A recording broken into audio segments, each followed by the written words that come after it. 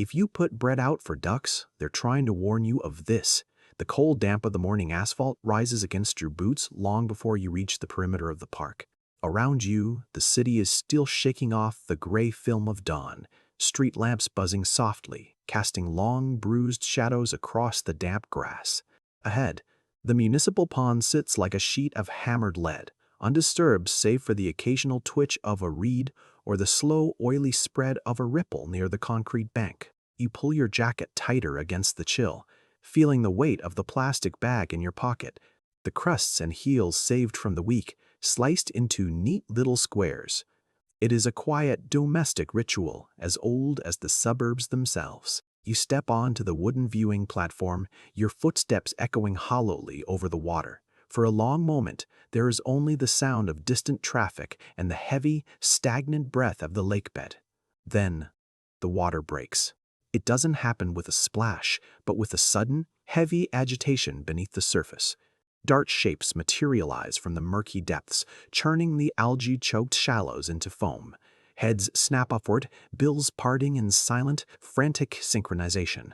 A mallard drake lunges forward, its webbed feet paddling furiously against the mud, breastbone cutting a jagged line through the scum.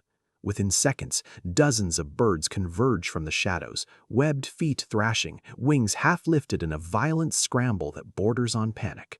They are not gliding, they are not waiting, they are colliding. A sharp, reedy whistle cuts through the era sound of high-pitched urgency that repeats in rapid succession. It is a frantic, overlapping chorus that vibrates in your chest. You reach into your pocket, your fingers brushing the bread, assuming this is simply the pure, unadulterated excitement of hunger. You pull out a handful and fling it arcwise across the surface. The water erupts. Bodies collide with sickening thuds, feathers tearing, bills snapping at empty air as white crumbs vanish instantly into a churning whirlpool of orange feet and dark feathers. But look closer. Look past the frantic lunges, past the flurry of white foam. Notice the way their eyes widen, fixed not on the food but upward at you. Notice how the frantic thrashing never slows, even after the bread is gone, transforming immediately into a restless, swirling eddy that refuses to settle. It is a performance you have watched 1,000 times, but as you stand there, watching the water curdle into a greasy foam around their feet, a quiet, unsettling thought takes root in the back of your mind. What if they aren't fighting for the food at all? The shift begins subtly, almost imperceptibly, as you watch the flock reset. Once the crusts are gone, the chaos does not subside into peaceful drifting. Instead, the birds cluster tightly against the bank, necks craned upward, bills opening and closing in a rhythmic, silent pantomime. They are staring at you with an unblinking, glassy intensity that feels less like appetite and more like surveillance. For generations, humanity has viewed this interaction through a lens of pastoral romance. We see an idyllic afternoon, a bonding ritual between parent and child, a gentle communion with nature in the heart of the concrete sprawl. We imagine that our presence is a welcome disruption in an otherwise solitary animal life. We believe we are feeding the starving, saving the weak, acting as stewards of the urban wild. Step back from that comforting illusion for a moment. Look at the landscape. The pond is not a wild sanctuary. It is an artificial basin lined with concrete, choked with urban runoff, stripped of native aquatic vegetation, and sealed off from natural migration corridors. It is a biological dead end. And into this stagnant basin, millions of well-meaning humans drop millions of pounds of processed carbohydrates every single day. We assume the birds are rushing toward us because we represent sustenance, but evolutionary biology tells a much darker story. Wild animals do not abandon their innate foraging instincts, their territorial awareness, and their natural warfulness for a handout unless their environment has fundamentally broken down beneath them. When an entire ecosystem of waterbirds becomes entirely dependent on human handouts, it is not because they enjoy our company. It is because the natural food webs that once sustained their ancestors have been systematically erased. Consider what happens beneath that green, shimmering surface long before you arrive. The aquatic invertebrates, the native water reeds, the protein-rich insect larvae, the tiny crustaceans that form the bedrock of an avian diet, they are suffocating under layers of agricultural fertilizer runoff, heavy metal deposits from tired dust, and the rotting anaerobic burden of discarded bread that sinks to the bottom. The birds are not gathering because they are greedy. They are gathering because they have nowhere else to go. When you toss that first piece of white bread into the shallows, you are not offering a gift. You are reinforcing a trap. You are feeding an addiction born of ecological displacement. The frantic scramble, the sharp, whistling cries, the aggressive posturing, these are not signs of joyful anticipation. They are the behavioral panic of creatures trapped in an artificial feeding loop, competing desperately for empty calories in a barren wasteland of our own making. And yet we walk away smiling, feeling a warm glow of connection, completely blind to the fact that we are participating in a slow-motion biological emergency. The deeper you look into the mechanics of this suburban ritual, the more the entire picture begins to invert. What looks like kindness is, in biological terms, an invisible structural betrayal. To understand why, you have to look past the feathers and examine what happens inside the animal's body when it consumes the modern human diet. A wild duck or goose is a precision-engineered migratory athlete. Its physiology is optimized for endurance, flight, and thermal regulation across thousands of miles. Its digestive tract is designed to process fibrous plant matter, aquatic seeds, high-protein insects, and small mollusks, a slow-burning, nutrient-dense fuel source that maintains optimal muscle mass and feather integrity. Now, picture that same biological machinery processing a slice of processed white sandwich bread. It is a bomb of refined carbohydrates, empty starches, chemical preservatives, and refined sugars. There is virtually no nutritional architecture to sustain a wild bird. When a duck gorges on bread, its stomach fills rapidly, creating a powerful false sense of satiation. The bird feels full, but its cellular machinery is starving.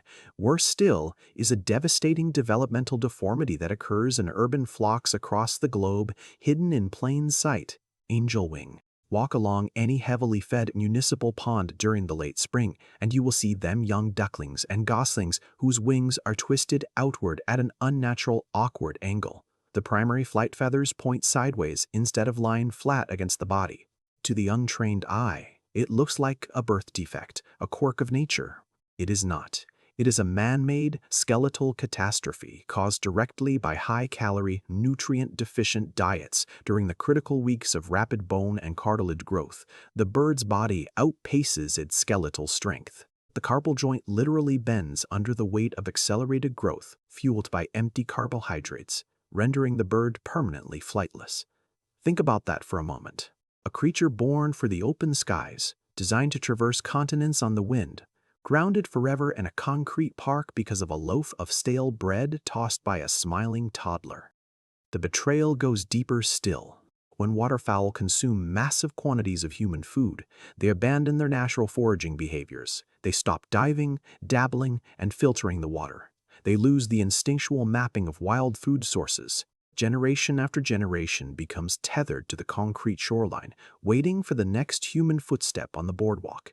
They trade their wildness piece by piece, crumb by crumb, for an industrial substitute that slowly destroys them from the inside out. And the water itself suffers alongside them. Every uneaten crust that sinks to the bottom decomposes, fueling massive bacterial blooms that consume dissolved oxygen. The water turns hypoxic, fish suffocate, turtles vanish. The pond becomes a stagnant, bubbling soup of microbial decay, driven entirely by our insistence on feeding the ducks. Move your gaze away from the bank for a moment and look out across the broader urban landscape. This dynamic is not isolated to a single park in your neighborhood. It is replicated in thousands of municipal green spaces in every major city across the globe. Right now, as you read these words, millions of birds are converging on urban water bodies, locked in the exact same unnatural feedback loop. The scale of it is staggering.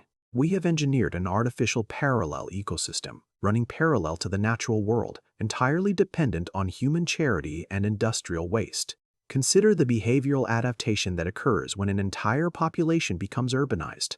Wild migratory instincts, hardwired over millions of years of evolutionary pressure, begin to atrophy. Why risk the perilous journey across mountain ranges and freezing coastlines when there is an endless supply of high-calorie, low-effort bread waiting by the park bench? So, they stay. They stay through the biting frost of winter, clustering on partially frozen ponds, waiting for someone to take pity on them. When the winter deepens and the human visitors stop coming because the weather is too cold, the illusion shatters. Without the artificial calorie stream and having lost their migratory conditioning, thousands of urban waterfowl starve or freeze to death on the ice they refuse to leave. We created the dependency, and then we abandoned them to the consequences of our own convenience. Even the social structure of the flock warps under the pressure of human feeding. Natural foraging distributes animals across vast wetlands, reducing competition and disease transmission. Artificial feeding concentrates hundreds of birds into microscopic zones of high-density contact. Watch closely next time you throw a handful of food. Notice the aggression. Watch the older, dominant drakes driving away the females and the weaker juveniles, turning a peaceful afternoon into a brutal, high-stress survival arena. This unnatural crowding acts as an incubator for avian pathogens. Diseases like avian cholera, duck viral enteritis, and highly pathogenic strains of influenza sweep through these artificial populations with terrifying speed, turning the park pond into a biological hazard zone. And yet the cycle repeats every single morning. The car doors open, the plastic bags rustle, the birds surge forward. We are watching a slow-motion ecological tragedy unfold in high definition, right in the middle of our cities, yet we treat it as a heartwarming postcard moment. We have taken wild, ancient spirits and turned them into beggars in their own home, binding them to us with invisible chains made of flour and water. The realization hits with the quiet weight of a stone sinking into deep water. The frantic scramble at the water's edge is not a greeting. It is an SOS. Every time those birds scream, thrash, and crowd the shoreline, they are demonstrating the symptoms of a systemic ecological failure that we engineered. Their urgency is a reflection of scarcity disguised as abundance. Their dependency is a monument to our intrusion into natural systems we refuse to understand. When you stand by the water with that bag of bread, you are standing at the intersection of human ignorance and ecological collapse. You are looking at a living mirror of our relationship with the natural world, taking wild, complex, self-sustaining systems, breaking them down through convenience, and then offering cheap synthetic substitutes to soothe our conscience while the machinery rots from within. The ducks are not trying to tell you they are hungry. They are showing you what happens when a wild world is forced to kneel at the altar of human comfort. The water ripples outward, rings overlapping and dissolving into the gray surface of the pond. The commotion slowly fades as the last microscopic crumb vanishes into the dark. The birds drift apart, bobbing on the oily water, their unblinking eyes still fixed toward the shore, waiting for the next disturbance in the routine. You look down at the remaining crusts in your hand.